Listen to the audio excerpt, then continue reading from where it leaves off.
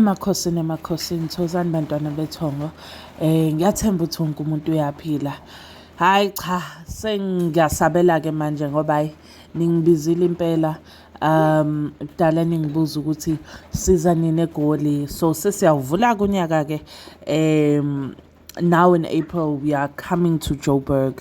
We are going to be in Joburg. We are going to be hosting Lunch with the Shabalalas in Joburg. It's a one-day event. And sizobe sidigida abantwana bethongo sizobe sidigida impela nje because ngifuna nje nani nizithole seniphekekile because we definitely going to have even a Q&A session where zonke lezi zinto ezingihluphayo nifisa ukuthi nizi understand nikwazi ukuthi nizibuze. We're going to be talking about everything dlozically.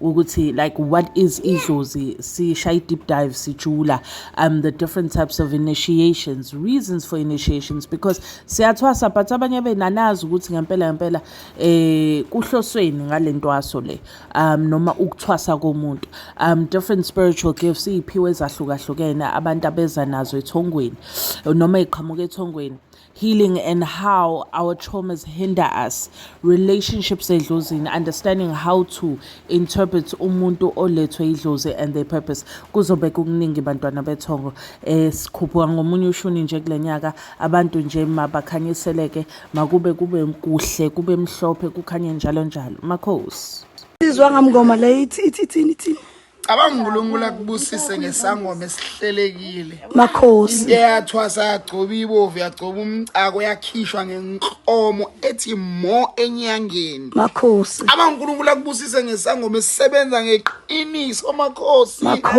into engawafuna amanga. Makhosi weba ngoma nangiqambela amanga manga weza ngoma nangiqambe.